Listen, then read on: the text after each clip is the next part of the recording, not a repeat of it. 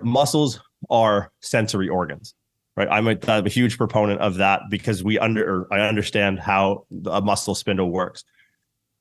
For a long time, when we looked at training different muscle fiber types, we were talking like type 2 or type 1 or type 2X or whatever.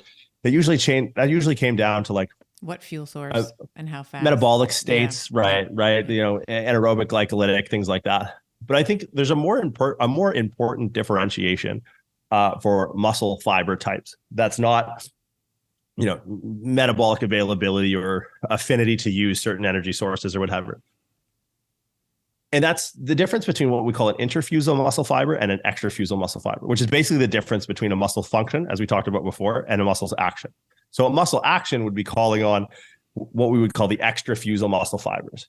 Extrafusal muscle fibers are the fibers within a muscle that run from tendon to tendon. They're the contractile elements of that muscle. So those are the things when you are doing your banded external rotation to strengthen your rotator cuff. That's really what we're calling on. We're calling on those extrafusal muscle fibers that run from tendon to tendon and create sort of that stretch shortening cycle that allows us to externally rotate concentrically and then relatively internally rotate eccentrically against load. That's half the battle. Muscle spindles, and why I kind of like always aim my theoretical target at this particular proprioceptor, is muscle spindles are actually the most abundant sensory receptor in the body. So there's 50,000 muscle spindles. We're ballparking this, round up to the nearest whatever. But there are 50,000 muscle spindles in the entire body. The only thing the only thing we depend on more than our muscles for sensory input is our eyes, right? Like other than, I don't know, peregrine falcons and snow We have owls. what, 600 muscles ish? Let's round up 600 Yeah. muscles, like So there is 50,000 one muscle spindles. Yeah. There's one omission. There is actually a meaningful omission that none of these are in your face. There's no muscle spindles in any muscle in your face. Right. So Right.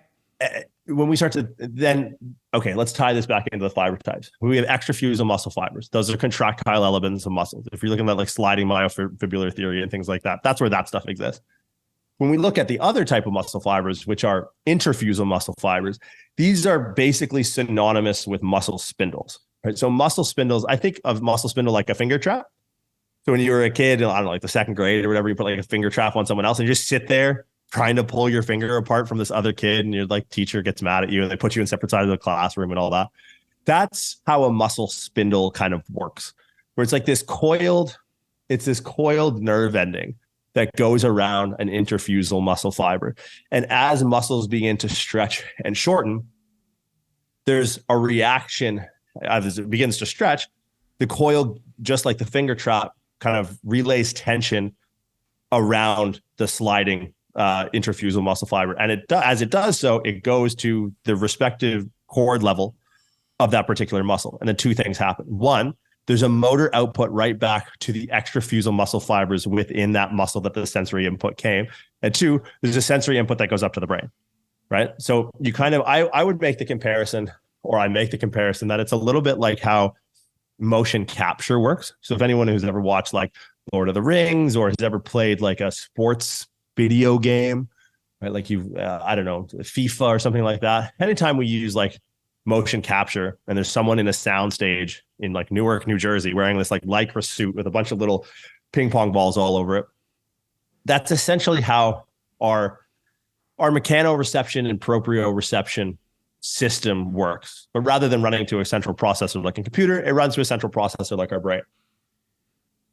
So the caveat with proprioceptors, or the thing that makes them a little bit more interesting, it allows us to prioritize them more, is we paid attention to speeds. We're like, look, nociception as a review, 0 to 2, 0.5 to 2 meters per second, up to 20 meters per second for fast pain. Fast pain, slow pain.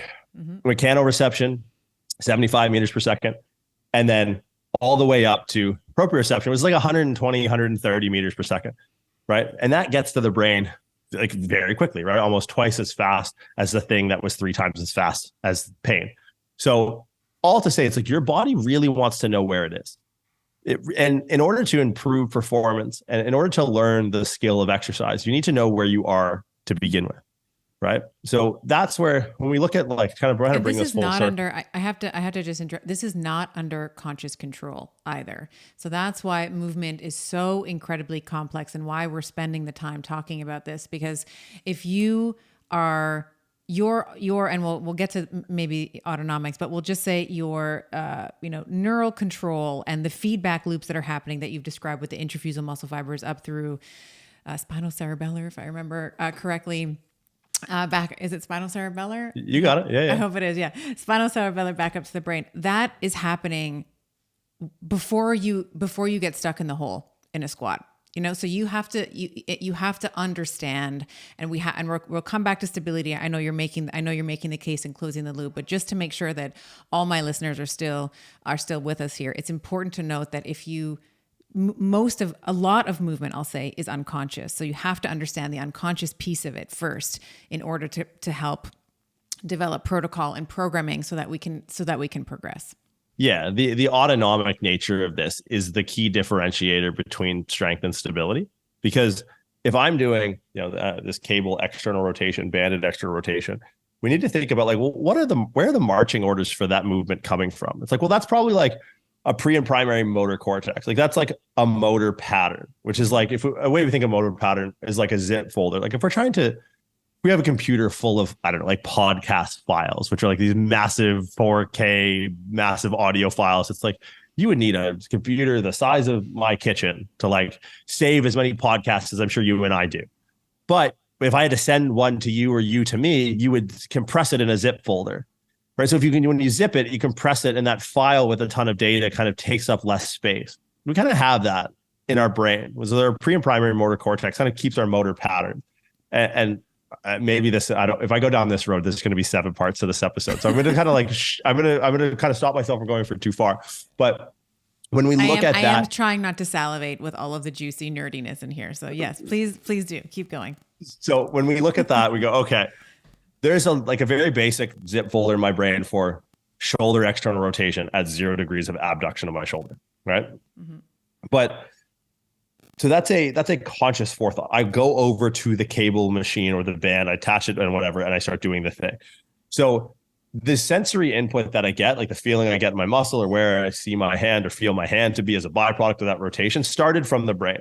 But like if I take what would be like almost an analogous, if I take like a kettlebell and I like just put it over my head, right? And we understand like, look, stability and strength are separate adaptations because they progress across different indices or indexes, right? Like one is linear, and one can be linear. The fact that we just add more load, right? We just take the pin and we put it up the thing. The other is a combination of direction of net forces between center of mass and base of support, right? So like if I take a kettlebell and I put a kettlebell like over my head and I kind of like, watch my arm kind of like oscillate around and like falls, or if I grab it like bottom under is like a really easy way to kind of conceptualize this, because you can clearly see how the base of support and center of mass are deviating. My shoulder, my rotator cuff as a whole, is functioning to resist force. And I see that kind of conversation between the brain and the hand, the brain and the shoulder. And I kind of see this like oscillation. And some people might, the kettlebell might like fall through the hands, like, oh, like my palms are sweaty. It's like, no, they're not. Like, it's not your palms. It's just the fact that your shoulder's unstable, and it decreases your ability to exert force distal to that instability. So what ends up happening is like when we're holding a kettlebell over our head, those minute muscle contractions that are like manifesting in this like oscillation of the shoulder, trying to keep, I compare it to like having a broomstick under the palm of your hand, and you're just trying to like keep it balance like this as it kind of like teeters off. Yeah. That contraction, or those like micro on off contractions of the rotator cuff and accessory muscles like, deltoid and bicep and tricep and serratus and so on. Those are all starting at the level of the muscle. That's all starting from the finger trap. My arm deviates too far this way. What ends up happening is like, well, that infraspinatus the infraspinatus and teres fiber and probably lower aspects of subscap fibers are stretching. Right, the intrafusal fibers are stretching, like, oh, okay, like this is going in the direction we don't want it to go. Those muscle spindles around are sending a motor reflex through to that respective level back to the muscle to contract the extrafusal, to shorten it, to bring the shoulder back into like relative alignment. While simultaneously there's a thing going back up into the brain, up through the spinal cerebellar tract to the cerebellum, going like, hey, here's where your shoulder is in space. And it was in the wrong position. Because after a while, like you just, it's, I like, in research, you might see the term neural sharpening or like neural polishing. Quite like that idea, because it's, the pathways are there. Just as you train them, they become sharper, they become quicker. You know where your body is in space, right? And it allows you to start to improve performance. Like imagine walking down the hallway with your eyes closed or with the lights off. You're not going to move fast, right? You're going to have trepidation. You don't want to run into a wall or whatever. But if I like go take my trash out in my building and I have the lights off, it's going to take me way longer to get there because I'm like, oh, I don't want to step on anything, or is there someone coming or whatever. But when I flick the lights on, I could run there, which is not going to be fast, but it's going to be faster than if I have the lights on. So it's like proprioception kind of illuminates parts of your brain, primarily your cerebellum, and goes, yeah, this is where you are. Feel free to move within this range and let those extrafusal fibers do whatever. Because we kind of have this understanding in the brain, this illuminated space for us to move in and out of these positions, knowing that we can resist force at the end ranges of these positions.